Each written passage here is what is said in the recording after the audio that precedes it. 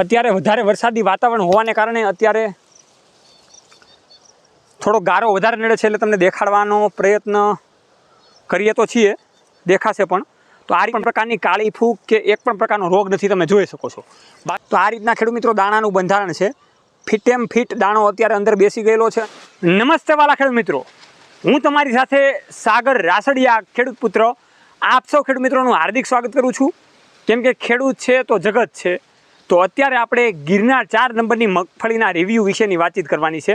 અને એમાંય ખાસ કરીને ગિરનાર 4 નંબરની મગફળી ઘણા બધા ખેડૂત મિત્રોને એવું લાગી રહ્યું છે કે ભાઈ ઉપાડવામાં પ્રોબ્લેમ આવે છે, ફાલ ફૂલમાં પ્રોબ્લેમ આવે છે, કેવું ઉત્પાદન આવે તેમ છે, કેવા રોગ આવેલા છે, કેવી ફૂગનો એટેક લાગેલો છે, કેવા મૂંડા લાગેલા છે, એવા ઘણા બધા રોગો આવે છે. પણ લાઈવ આપણે અત્યારે ખેડૂતમાંથી એક ખેડૂત મિત્રની વાડીએથી છોડ ઉપાડીને જોઈશું કે ભાઈ એમાં કેવી નરવાઈ છે અને કેવા અત્યારે ગિરનાર 4 નંબરની મગફળીમાં ફાલ લાગી ગયા છે. તો હું તમને એ ડાયરેક્ટ દ્રશ્યો બતાવવાની કોશિશ કરીશ.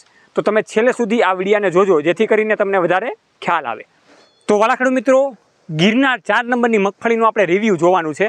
કેમ કે બીજી બધી મગફળી કરતાં આ મગફળી સારી છે કે નહીં એ આપણને વધારે ખ્યાલ આવે. તો આપણે ડાયરેક્ટ એક છોડ ઉપાડીને જોઈએ અને એમાં ફ્લાવરિંગ કેવું છે એ પણ આપણે જોઈ લઈએ, જેથી કરીને આપણને વધારે ખ્યાલ આવે. તો હું અહીંયા તમને આગળ બતાવવાની કોશિશ કરીશ.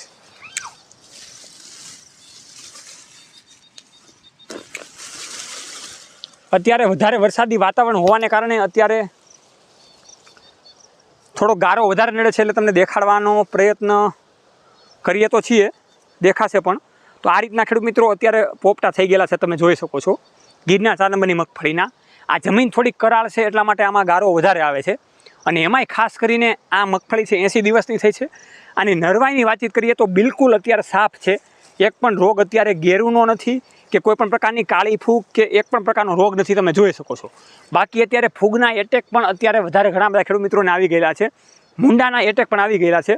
પણ એક પણ તમે દાણો પણ જોઈ શકો છો, મૂંડાનો પણ એટેક નથી, એક પણ મૂંડો પણ કોઈ દાણાને ખાધેલો નથી. હવે આમાં તેલની ટકાવારી વધારે હોવાને કારણે બીજી બધી મગફળી કરતાં ખૂબ સારી રીતે આ મગફળીનો વજન પણ થાય છે અને સારા એવા બજાર ભાવ પણ આપણને મળે છે. ફાલ ફૂલ સારા હોવાને કારણે આ મગફળી આસાનીથી 28 મણથી લઈને 35 મણ સુધી થઈ શકે છે. અને રોગ પણ ઓછા છે, એટલા માટે બીજો ખર્ચો પણ દવાનો ને દારૂનો ઓછો લાગી શકે છે. 2-3 પોપટા તોડીને જોઈએ કે આમાં દાણાની જે સ્થિતિ છે બેસવાની એ બીજી બધી મગફળી કરતાં કેવી અલગ છે અને કેવી જગ્યા રહે છે, જેથી કરીને આપણને એ પણ વધારે ખ્યાલ આવે. તો આપણે એ પણ જોઈ લઈએ. ગારાનું પ્રમાણ વધારે છે એટલે ધૂળ ચોટેલું તમને દેખાશે થોડુંક, પણ આપણે લાઈવ બતાવવાની કોશિશ કરીશું. તો આ રીતના ખેડૂત મિત્રો દાણાનું બંધારણ છે. ફિટેમ ફિટ દાણો અત્યારે અંદર બેસી ગયેલો છે અને એ પ્રકારનો દાણો છે, તમે જોઈ શકો છો. આ રીતના ખેડૂત મિત્રો દાણો બેસી ગયેલો છે અને વધારે ભરાવદાર દાણો છે. સારી એવી રંગત પણ છે અને વજન પણ સારો એવો લાગી રહ્યો છે.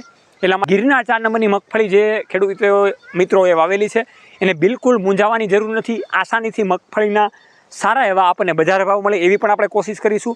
અને ગિરનાર મગફળી ઉપાડવામાં પણ આપણે વાતચીત કરીએ તો ઇઝી છે અને મગફળી તૂટે છે પણ ઓછી, અને એનો પાલો જે હોય એ લીલવણી થાય છે.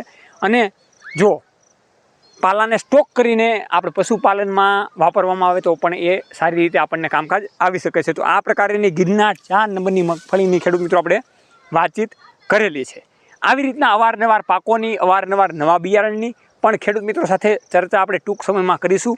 અને હર હંમેશને માટે ખેતીવાડીની અવનવી ટેકનોલોજીકલ માહિતી આ પ્લેટફોર્મના માધ્યમથી આપણે આપતા રહીશું. જોતા રહો હર હંમેશને માટે ખેડૂત પુત્ર ગુજરાતી. ખેડૂત મિત્રોની સાથે જય જવાન જય કિસાન, આ બંને છે આપણા દેશની શાન.